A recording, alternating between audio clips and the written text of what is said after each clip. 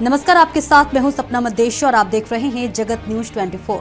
तो आइए शुरुआत करते हैं कुछ खास खबरों से। अंकलेश्वर के पुंगाम इलाके से नयन वसावा और हीरल वसावा भरूच गोल्डन ब्रिज पर घूमने आए थे। इस दौरान ब्रिज के आखिर में फोटो लेते समय हीरल वसावा का पैर फिसल गया। हीरल को बचाने की कोशिश में नयन वसावा नदी के पानी में गिर गया। स्थानीय लोगों की मदद से लड़की को तुरंत सुरक्षित बचा लिया गया, लेकिन युवक नदी के तेज बहाव में भाग गया। घटना की सूचना मिलते स्थानीय लोग और फायर डिपार्टमेंट की टीम मौके पर पहुंच गई और युवक की तलाश शुरू की गई। लेकिन 2 दिन बाद आज सुबह लोकल लोगों, नाविकों और धर्मेश सोलंकी की टीम की मदद से उस लड़की की बॉडी नर्मदा नदी से बरामद हुई। लड़की के परिवार अंकलेश्वर बी डिवीजन पुलिस को इन्फॉर्म किया गया। पुलिस मौके पर पहुंची, बॉडी को पोस्टमार्टम के लिए शिफ्ट किया और आगे की जांच की जा रही है।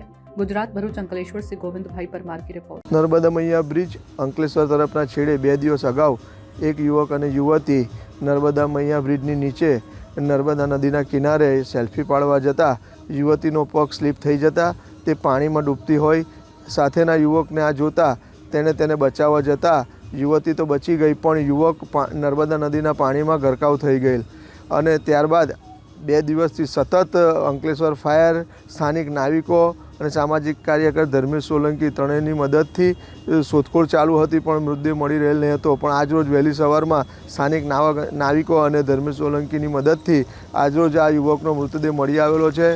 તેના પરિવારજનો તેમજ અંકલેશ્વર બી ડિવિઝન પોલીસ સ્ટેશનને જાણ કરવામાં આવેલ છે। મૃતદેહને પીએમ અર્થે આરોગ્ય કેન્દ્ર ગળખોલ ખાતે ખસેડવામાં આવેલ છે। ऐसे ही अपडेट्स के लिए देखते रहें जगत न्यूज 24 और हाँ, हमारे चैनल को लाइक, शेयर और सब्सक्राइब करना बिल्कुल ना भूलें।